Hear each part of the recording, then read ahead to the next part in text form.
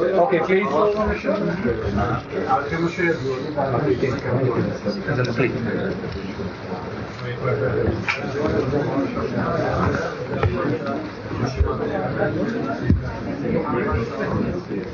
right. So we understand now why God, according to the Ari's explanation, did not enter. In other words, the tribe did not enter because it was not a question of their decision not to enter, but they were not adapted. They were not metaphysically and spiritually prepared as a vessel to adapt themselves to that kind of centrality of energy which existed in the land of Israel.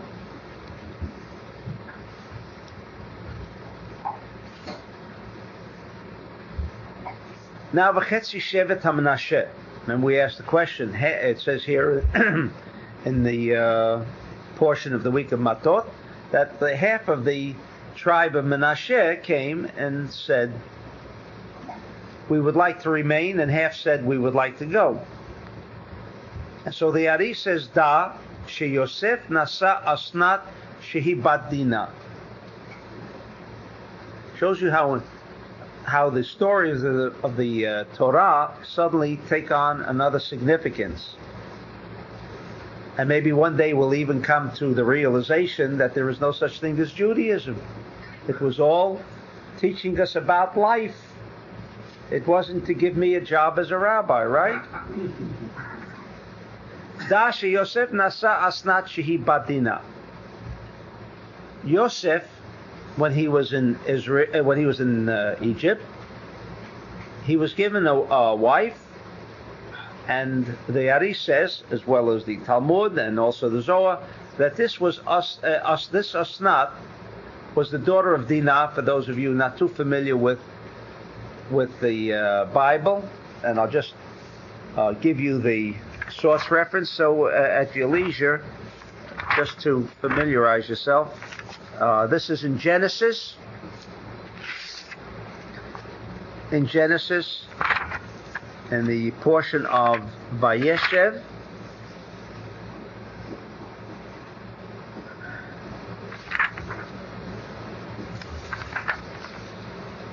no, I'm sorry, Vayetze. Sorry.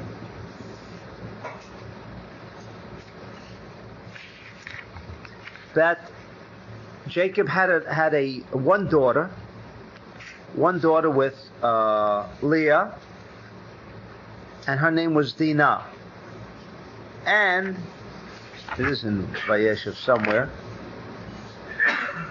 And that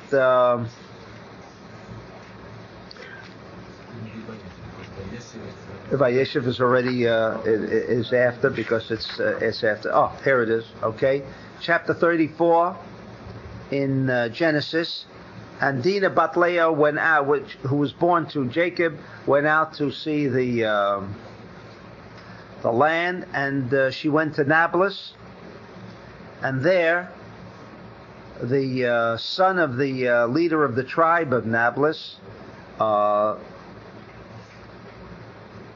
doesn't say he forced her, but in any event, they had intercourse, and then there is another story that goes on and on and on. But a daughter of this conception, there was an intercourse and conception. A daughter was born to Dinah, and this daughter was the Asnat that is mentioned in the Torah when he married. Why would the Torah say something that important? What's that? Why would the Torah not say that? Why doesn't it say Bat Dinah, right? Yeah. Okay. Well, that would be true for everything that the Torah. I mean, it's what seems to emerge from all of these Thursday night sessions is one aspect, that the Bible is a complete cosmic code. Why it's a cosmic code, we understand. Why it had to be a code in coded form, but it is coded. Therefore, we don't ask why, it's presented that way. This is the way it was. And so this was Batina. She mishkem, and she conceived from Shechem, as we mentioned in Genesis. V'haya chetzi klipa mitzad Shechem. Now, this Osnat, this daughter of Dinah, therefore, the child that emerged, this Dinah that emerged as a half Jewish. I say half. What do we mean half? Half is klipa. Because it was not a proper marriage, meaning it was not two souls of the same conscious level. He was not Jewish and she was Jewish. Consequently, there was not a totality of one unified conscious level. Because Chetzi Klipa Mitzat Shechem, Chetzi came from Shechem, V'Chetzi Kedusha Mitzat Dinah, and she herself, Dinah, having the level of consciousness of Israel. And again, when we discussed who was a Jew and who was not a Jew, we did not discuss who, but we discussed what this level is. And we're going to discuss it a little more thoroughly tonight. That there was two levels of consciousness now emerging in this daughter of Dinah. V'Yosef haya kula kedusha. Joseph himself was kula kedusha. Came from that level of total kedusha. Kedusha, as you know, doesn't really mean the word holy, but rather it was a totality of the highest form of receptivity. In other words, the desire to receive was in a complete unified whole. And when Joseph had intercourse with Osnat, Nolad Menashe. The firstborn was Menashe.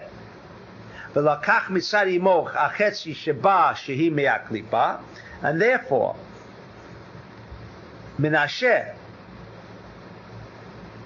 within his consciousness that he inherited from his father and mother, meaning Dinah and Shechem, this is the outgrowth of these two parents. Consequently, his consciousness was represented by half of the kedusha of his mother and half of the kedusha of his father.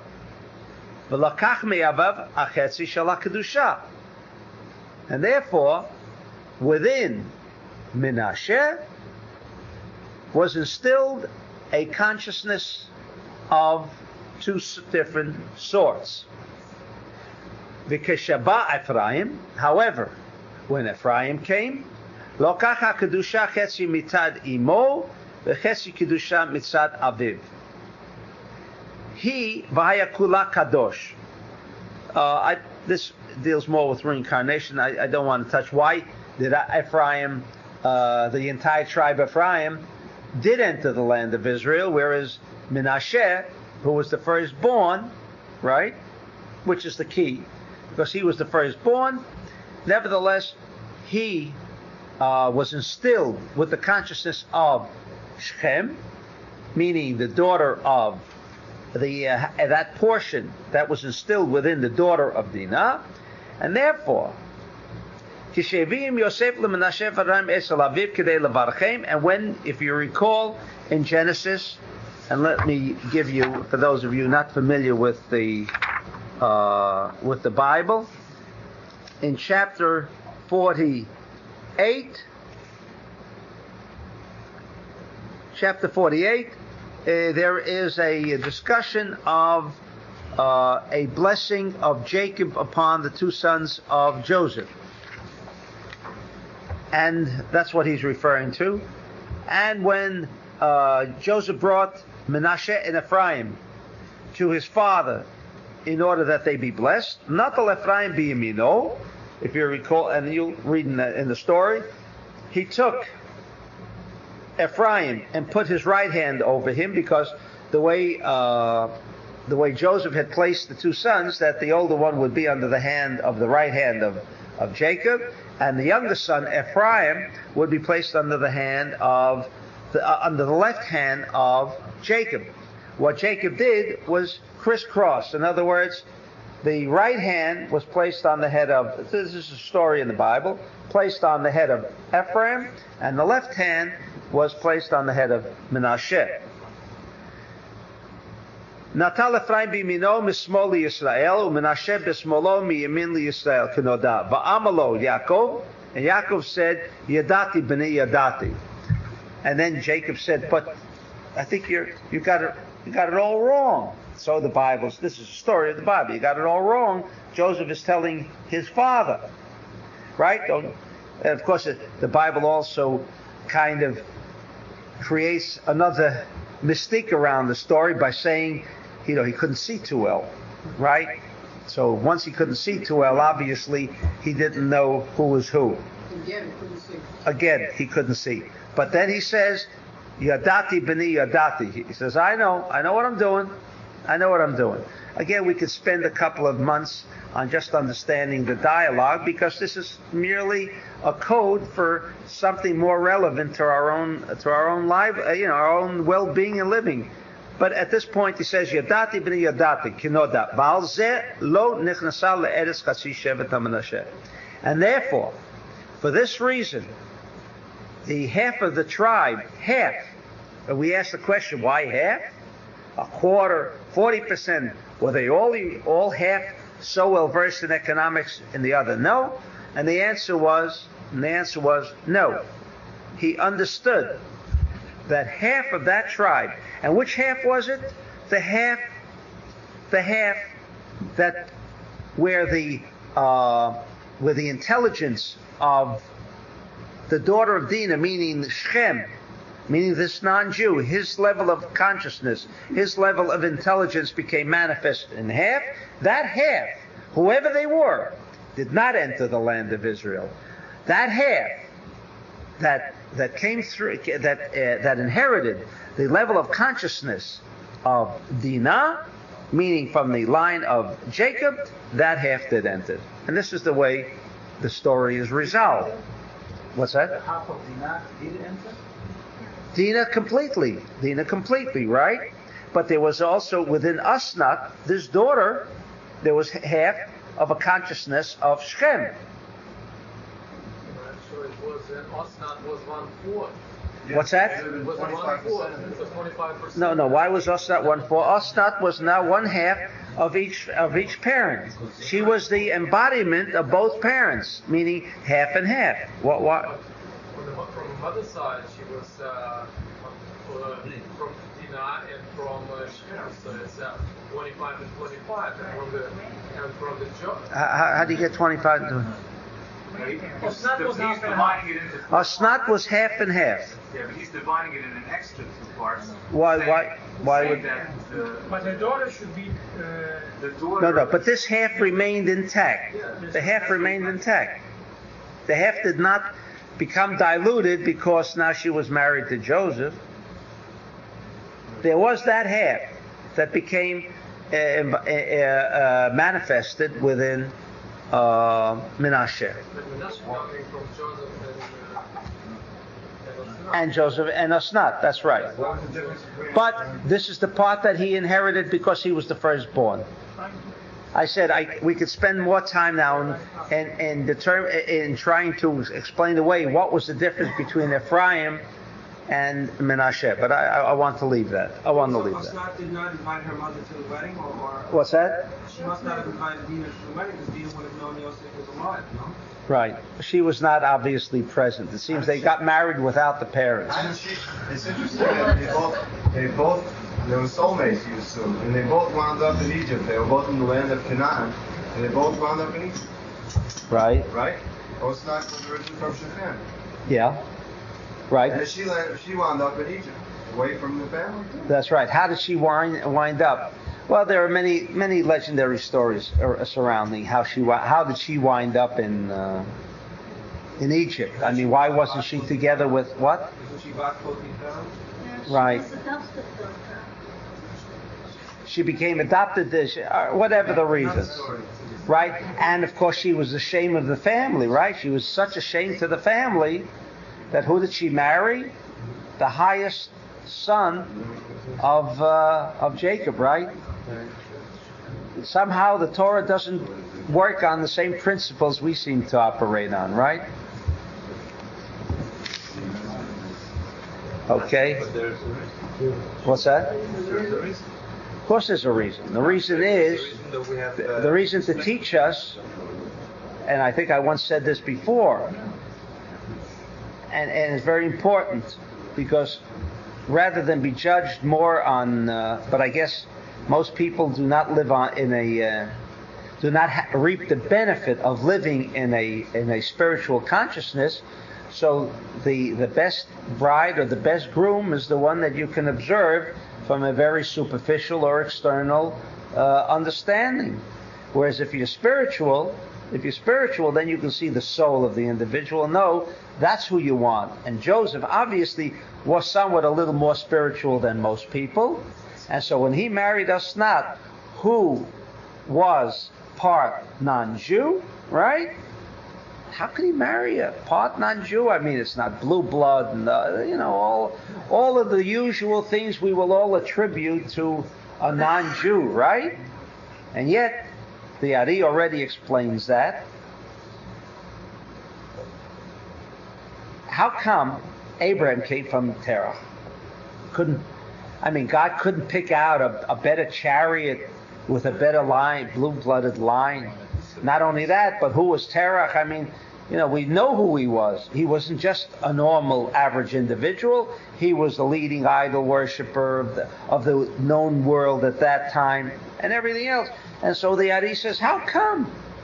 How come we got to pick out this kind of a guy? Well, during intercourse, that Abraham's father with his mother, the thoughts they must have had still created Abraham. Yeah, it was awful. It was awful. I'm telling you, the world's leading idol worshiper. Yeah, but right? I would say within this intercourse there was. All right. Okay. I'm going to give you I'll give you the Ari's answer, and so to take care of it.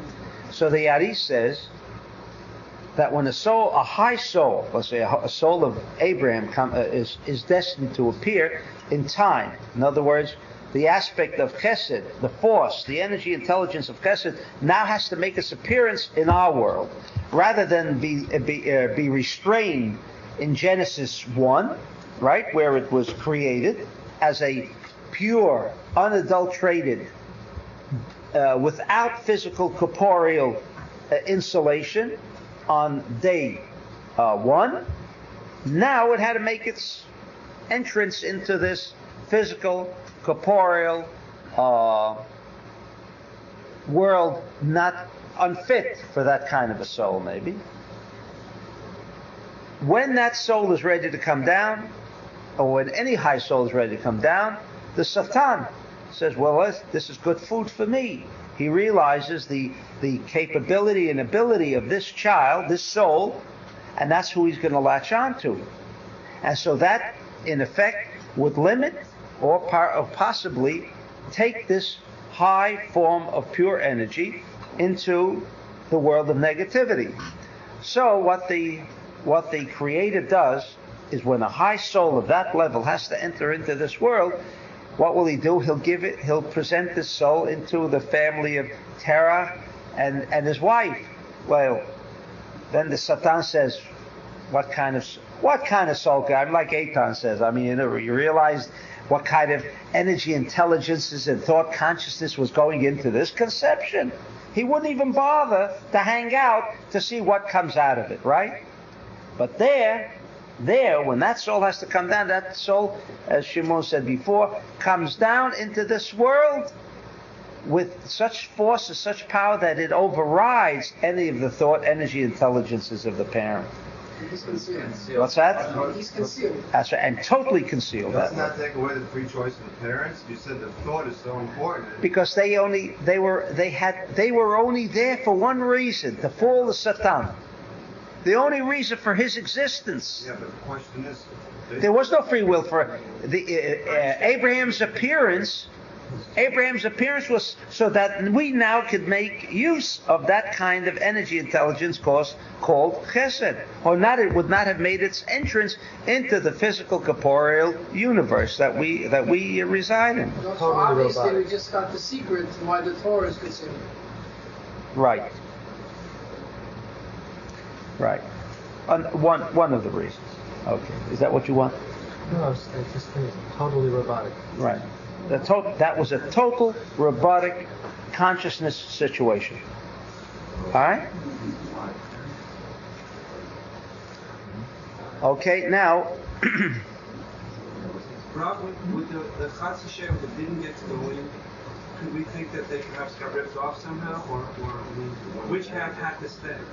The half that came from Shechem had to stay out. They could not handle the kind of energy that was subsequently going to be revealed by the Holy Temple, by the physical structure and the energy that ultimately would emanate from that land. Now, we still have that one little question about why did the Bible have to cloud out the situation as if for economic reasons they wanted to remain in Jordan. We quoted before the section in Genesis about the promise of the law to Abraham that this would be his land and etc.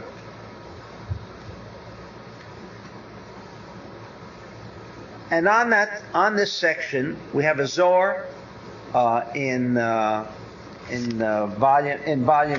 2 of the 10-volume edition, Parshat Lech Lecha, page Ayin 70, or in the old edition, the original edition of the Zohar, which is Pei Hey 85.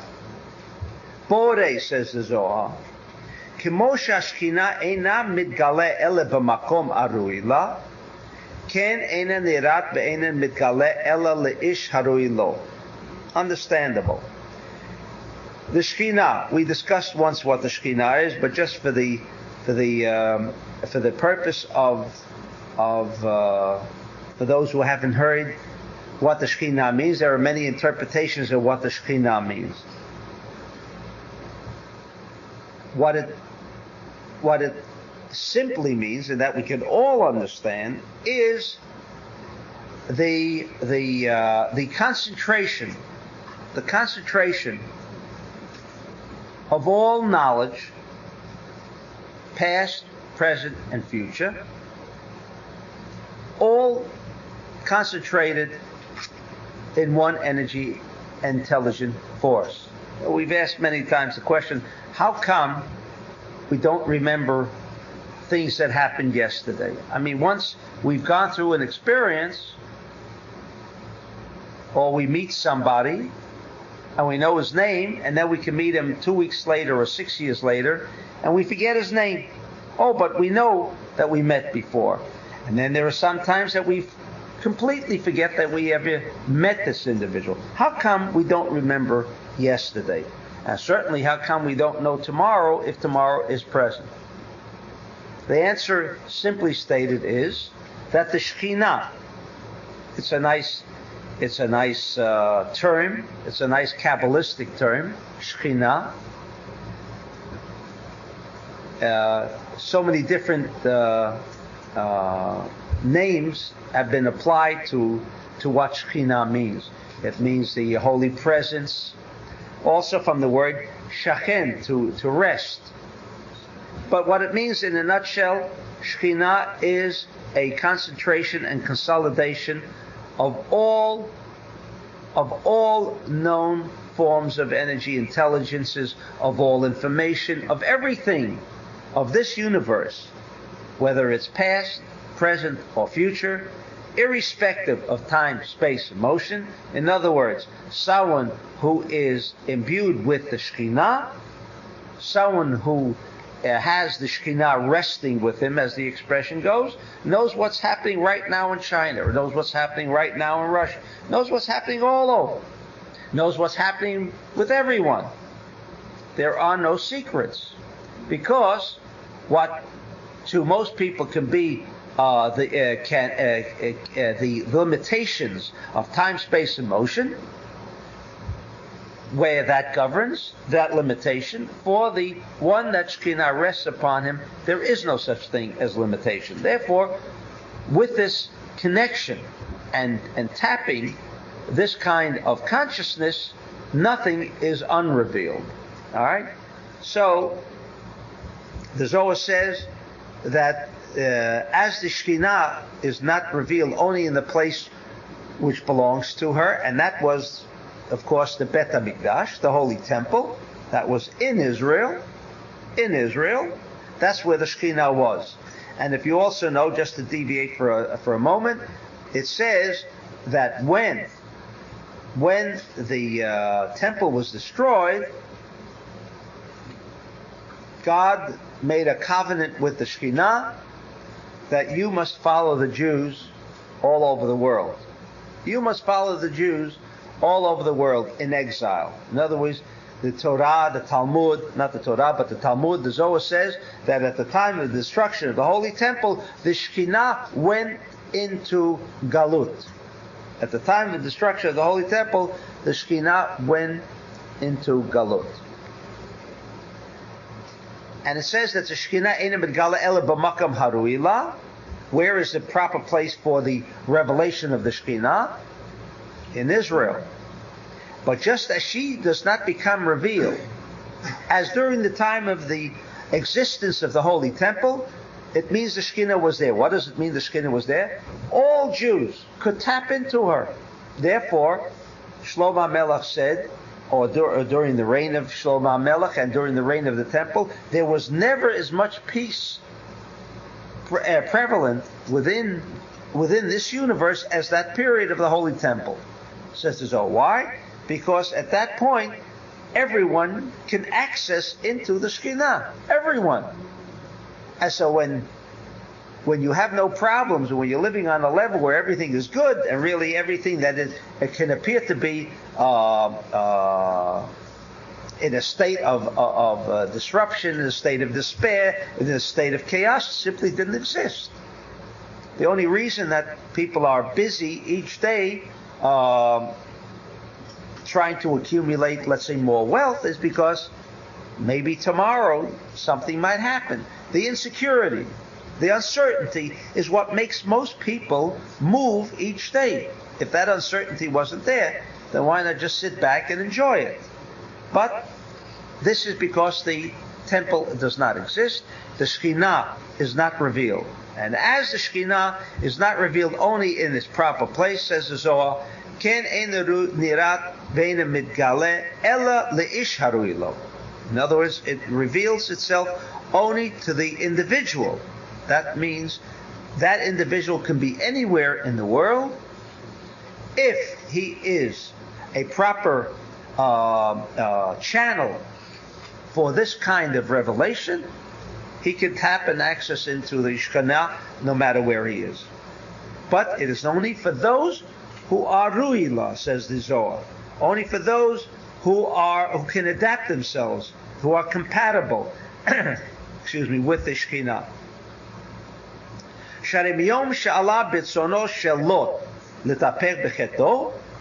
Because in the time when Lot, this is the story about Lot, his nephew, we touched upon it in this chapter of 12 again, 12 and 13.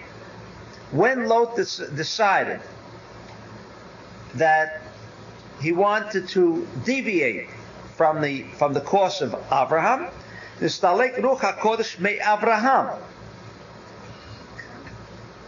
When Lot, his nephew, who was in his presence,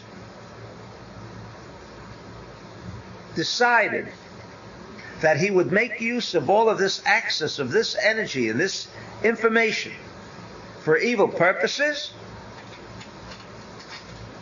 and because Abraham was in his midst, Nistalek Ruach HaKodesh me Abraham. In other words, the Shekhinah was no longer available to him for access.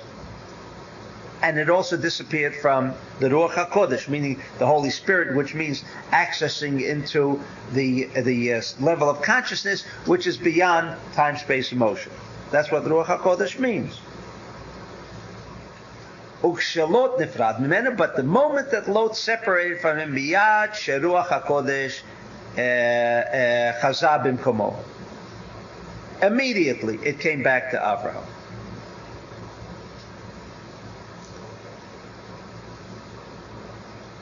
And continues Rabbi Ashlag with this explanation, what really was happening here. V'zeu ha'hefresh min nishmat Yisrael u'mat ha'olam.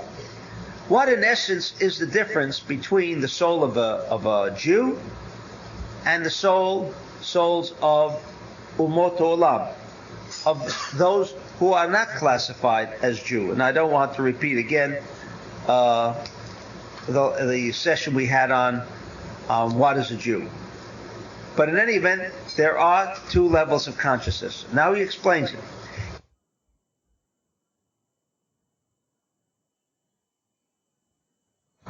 That they have the kind of vessels, internal vessels, where the recipiency really takes place. You know, you can have a cup or a glass. You have the exterior of the cup, and you have the interior of the cup. Now, it is true, without the exterior of the cup, this cup could not make manifest or could not absorb anything within its midst. However, that which essentially draws the water to itself is that which is internal. That is the real vessel. The external part of the glass is the support, you might say, but it is not the actual aspect or part of the glass that holds within its midst that which is receiving. So he says, Ki Yisrael nimshachim mibchinat kelen depnim, ve'eim ruim lekabel orot shleimim, gam miterem gemar tikun.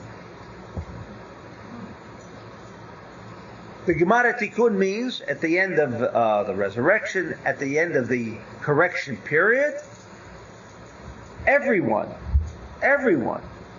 will be in that level of, everybody will be in that level of consciousness, tapping in to all of this information, and consequently that would bring peace on earth and goodwill towards men, as it was during the time of the Bet HaMikdash. That's why everybody was happy, all peoples of the world, because they were all tapping in. So if that was the case, then why didn't Mashiach come right then? Because all of the souls had not yet entered this physical universe. From the exterior of the vessel.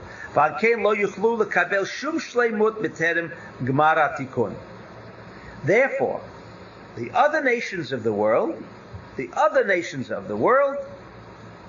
who have this exterior aspect of vessel,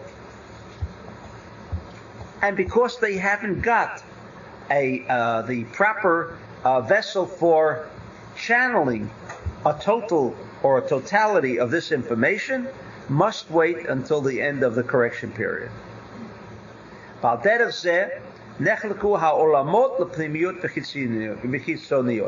The same way as people are separated, so is the physical structure of the universe separated into exterior and interior vessels. Different levels. Be'eretz Yisrael, hisot kelim depnim mibchinat olam. Be'chutz la'aretz, hem kelim dechitzoniyot. V'alkein ein shleimut b'chutz la'aretz miterem gemar hatikun. Therefore, there can never be a complete, while it appears like the United States, as an example, certainly has more shleimut than you would consider in Israel today, with all of its multitude of problems. However, that is not due to the land or the failure of the land, but rather the failure of the people. But before the Gemara Tikkun, only those who can connect to that internal aspect and have this proper internal aspect, they can connect to the Shekhinah. What's that? Yes. Before that, this is the revelation of the Zohar. Even before Gemar HaTikun. Now, in passing, I just wanted to mention that if Israel is the land that you can connect by virtue of the land of Israel, because he's telling us now two aspects. There are the people and there is the land. And only in the land of Israel can you make, or is that your channel for connecting to the Shekhinah? In other words, you need a physical, and we do need physical channels by virtue of an intention to connect with the Shekhinah. Therefore, if, as I say in passing, anyone praying outside the territorial borders of Israel should be at least informed, as the Zohar informs us, that when you pray, you must change your space. If you are connecting, in other words, if you're living in Queens and you're praying, let's say, in a particular temple or Bet HaKnesset, to connect to the Shekhinah, to connect to that all-embracing, unified whole, and if your mind is not, or you haven't transferred your consciousness, which is 99% of yourself, if you haven't transferred that consciousness to Israel, then you have only connected to the exterior, only to the exterior of a vessel, and that exterior does not connect to the Shekhinah. It would become like anybody else. Then you would be. Any non-Jew. That is correct. Now that is saying something which might sound too drastic, but nevertheless, this is what appears to emerge from the Zohar. How do you reconcile the fact that they say that the Shekhinah went out of Israel? Exactly. Right. How do we it seems to be a contradiction, right? He says that the Shekhinah only can rest in the place it belongs. But he also added, we forgot for a moment, he also added that it just as it rests in the place where it belongs, it can also rest on that individual who can tap into who is a proper vessel. Even outside. An individual. That's right. The individual who is connecting to the Shekhinah, meaning he can be outside of Israel and still be able to connect to the Shekhinah, because if he is a proper vessel and he will connect to Israel where the Shekhinah is, in other words, he's got to go via Israel. But he could be outside of Israel. Not why did he have to say? He should have said one thing. Listen, the Shekhinah does go out of. It's not. The Shekhinah cannot rest outside of Israel. It's not the place for the Shekhinah. So what does it mean when it says in the Midrash or the Zohar that the Shekhinah, the Jews were promised with a certain guarantee that fear not, the Shekhinah will go outside to assist you outside.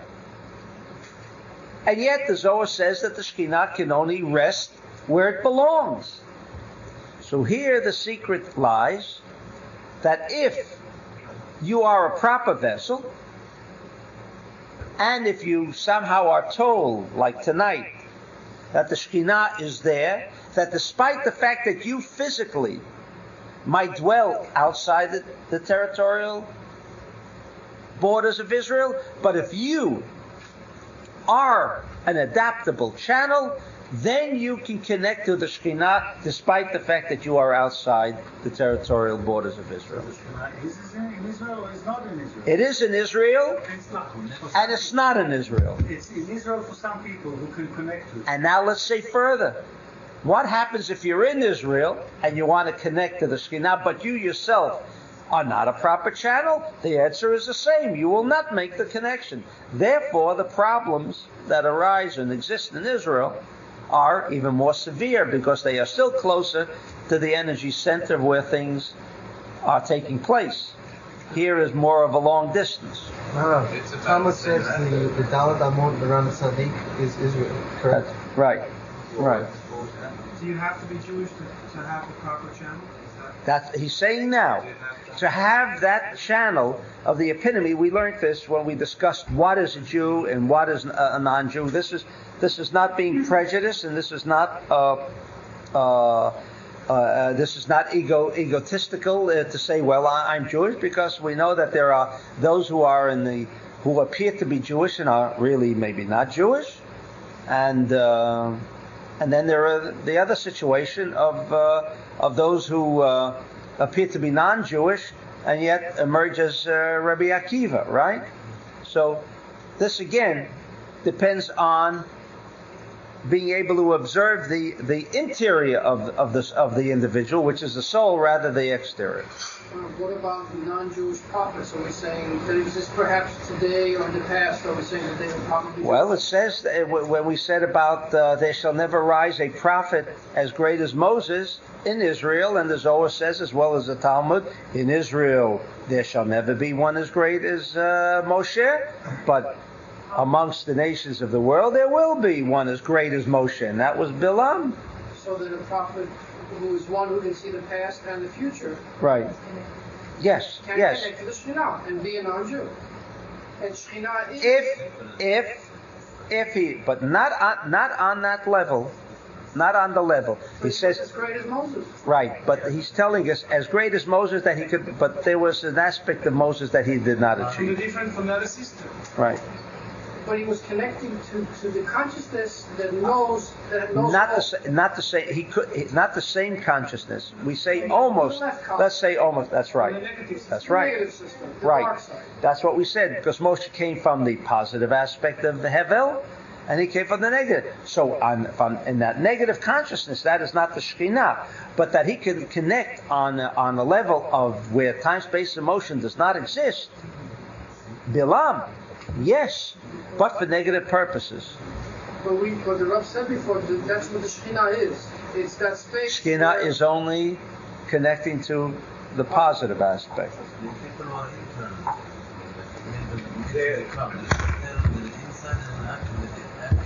Yes. Therefore, Harav, somebody like Shmuel Vital would have not made a miracle for him to bring him money or whatever to help him write the books. It wasn't the question that he knew that would have interfered with the way this would have been revealed. It's the same as I said about Rabbi Shimon. Rabbi Shimon said if his body did not deteriorate to the point of deterioration as it did, he could never have had the Zohar been revealed through him. He would not have been the channel. Therefore, the Zohar Ari that came and emerged through Rabbi Shmuel Vital was not despite, but because of the fact that he was so poor. Because they were all linked to the positive aspect. That's right. That's right. What is the relationship between the Shekhinah and Malchut? Is it the same thing? That's the same thing. That's the same thing. So, in essence, when we act as channels and meditate on Eretz Yisrael when we're praying, we're actually connecting to the Shekhinah at that level, acting That as is vessels correct. to receive. And the Shekhinah acts as that satellite or intermediary.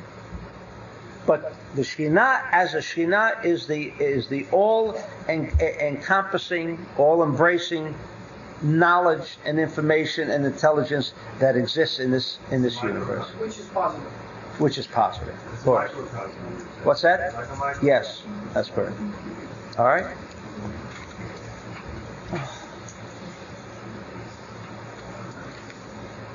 All right. There was one more piece to conclude. Now, bearing this in mind,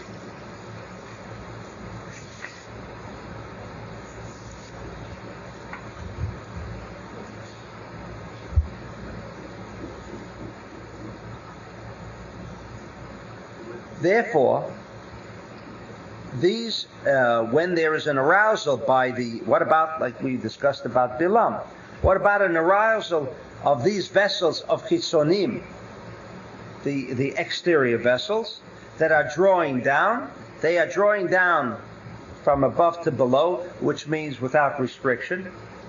She'az holechet hashefa lelohim acherim. Ki hashpa'a igia la'ayin sarim shalahem. Ki hakelim achitzonim shel hashkina krovim le'umot ha'olam. Ki rak hem mekablim mehem u'bederech hazeh tavin kol hamama. In other words, when Balak, Bilam were all drawing down and they were able to connect, they were able to make this kind of connection, but they were vessel, because they were not Jewish, they were making these connections to the exterior. To the exterior. The exterior or interior is like we discussed when in the aspect of the sun. There is a positive aspect to the sun, there's a negative aspect to the sun. Without the sun, there could be no life. However, the sun also has its negative aspect to it. It can create fires in California without rain. Dries up the timber becomes very dry, or it burns up. It has its positive and negative aspects.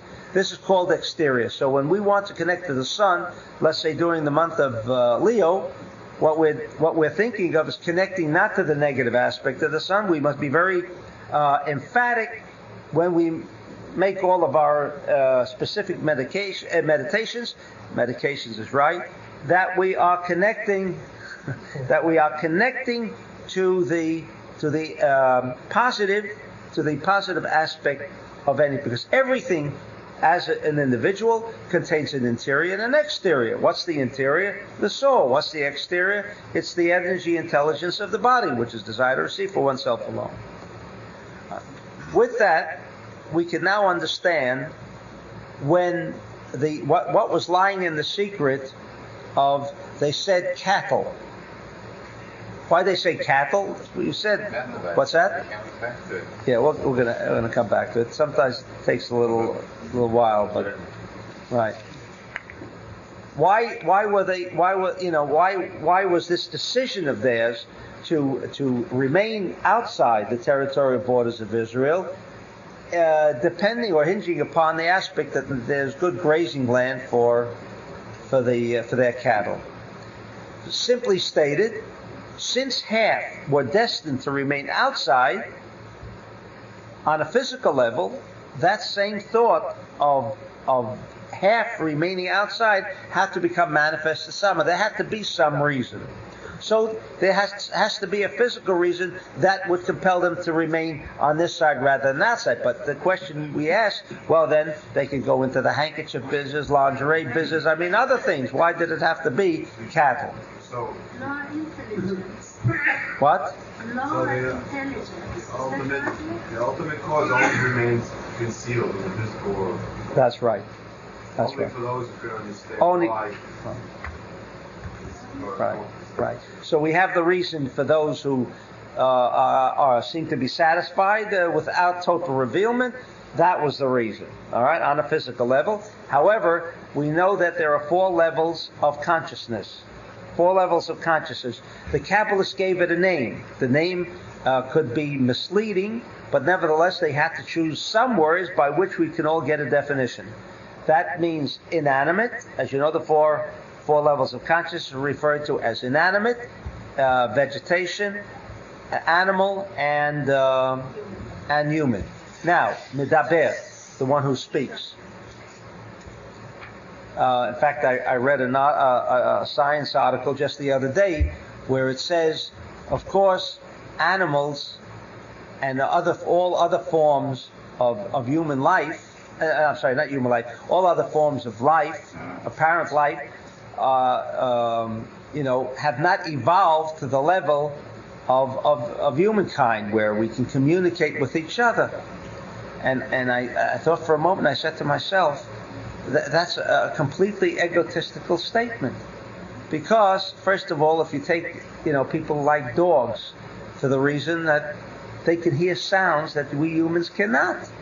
So who's on a higher level, they or we? Their level of frequency is much higher than any human being, right? Now, do they communicate with each other? In fact, they communicate so well with each other that we humans can't even understand. But because we consider humankind as, well, you understand what I'm saying and I understand what you're saying, but you and I don't understand what he's saying, therefore he must be on a lower level. And that's a total... The dog understands us. What's that? The dog. Oh, the dog understands, he understands us, I'm afraid, a little better than maybe we understand him, or we understand each other. Right? You can't fool a dog. Can't fool a dog. We understand all dogs. We don't understand Chinese. Absolutely. Oh, I can tell you from experience. You can't pull nothing. But we say they're stupid and so on. But for their consciousness, what they do on a robotic level of consciousness, we would never dream of. What I never realized. There's a mitzvah in the Torah, that if a man is in a field, a human being is in a field, and he goes to the bathroom, right? He must cover it up. Must dig a hole and cover it up. That's the mitzvah. That's all it says. Today we can explain it away by saying, disease, etc., etc. But you know what a dog makes? That's what he instinctively does. Dog too. The little Sparky. Every time his back legs automatically shake up the land to cover it over. Incredible. But that's robotic consciousness. Only the dogs that are reincarnated. The other don't abide by that mitzvah. They must have been Jews. Oh, I see. The ones who do cover it were Jews. All right. I can't disagree with you. All right. In fact, they want to say this dog was once a Rosh Yeshiva. They're trying to say. But I don't think we're putting down Rosh Yeshivas. Leaders of Torah study academies, because the Ari tells us that some of these guys wound up even worse than that would have been a high level state of consciousness, being winding up as a dog. They could have wound up as a stone. I remember somewhere reading, or maybe it's the Talmud, that dogs don't go to Olam Haba, or they don't have. There's no reason. Is there? I don't know what that statement means. All we're saying is that we know from the Ari's gates of reincarnation that no matter what level the individual has descended to, ultimately his tikkun is to raise from one level of consciousness. In any event, what I'm trying to say is that animal means for us a level of consciousness which is of a lower level of consciousness, a lower level of intelligences.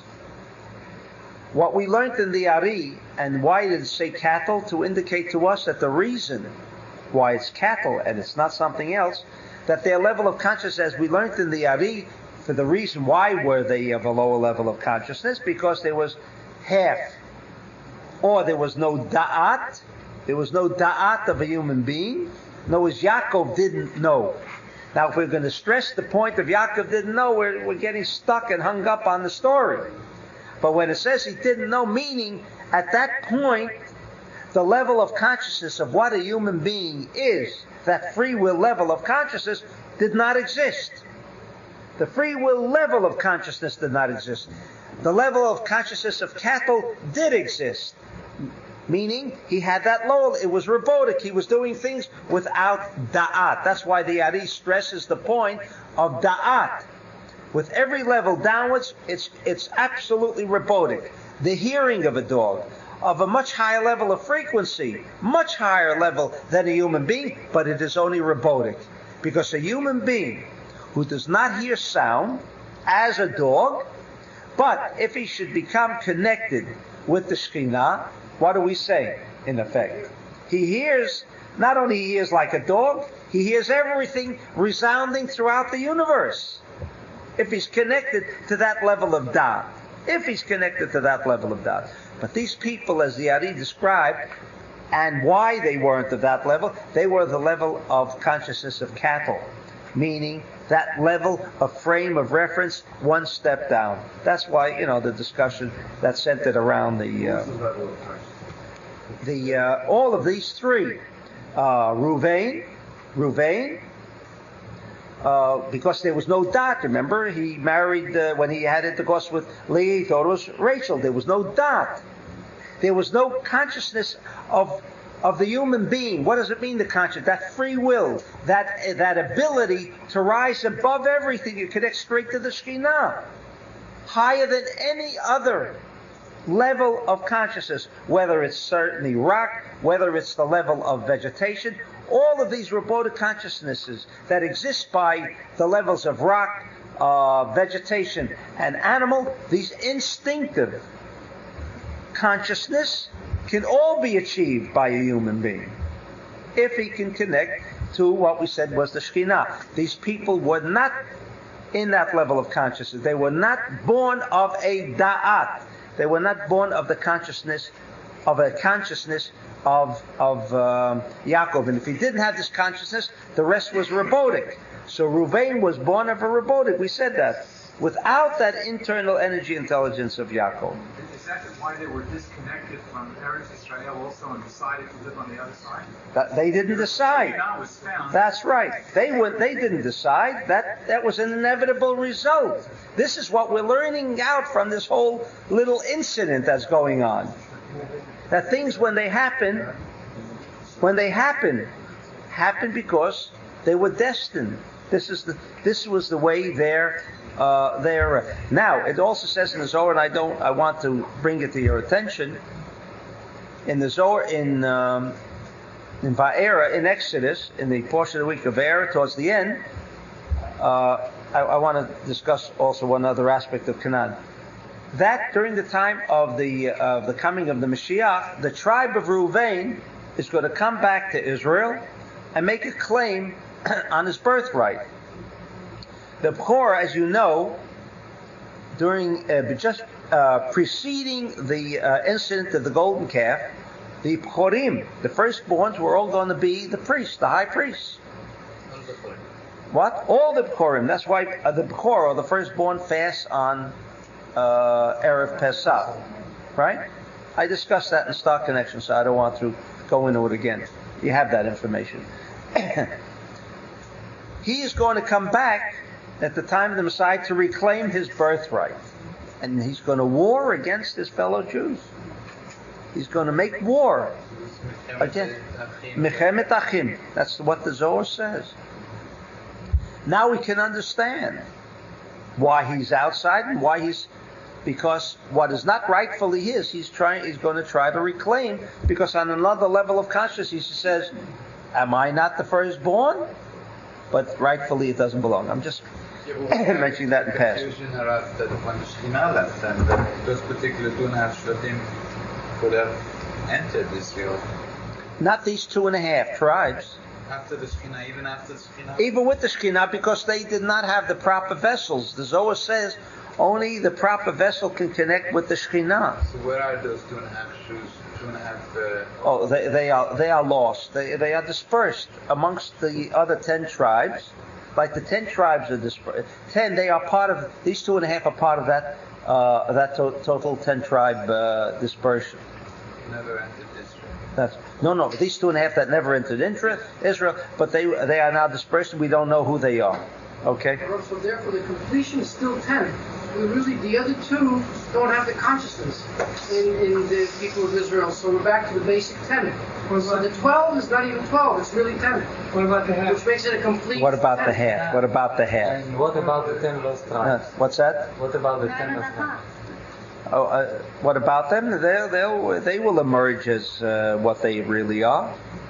They will emerge. What's that? No, all the 10, all the others did. Besides the 9.5, the 9.5 did enter. Sure. But the question is, where are they? They're dispersed. They got lost after. What's that? Yes. All right. Time does not permit, but what was the discourse? Why did he suddenly make this kind of a condition? Maybe the next time.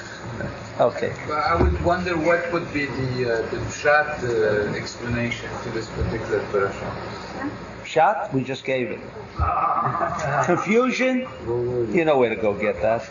Okay, and therefore there's no explanation to that. What's that? It is historical. Confusion. Can you say something about the time of Aquarius? What's that? Time of Aquarius? Yes. Can you tell me anything about that? We'll have to leave It's it. a real result.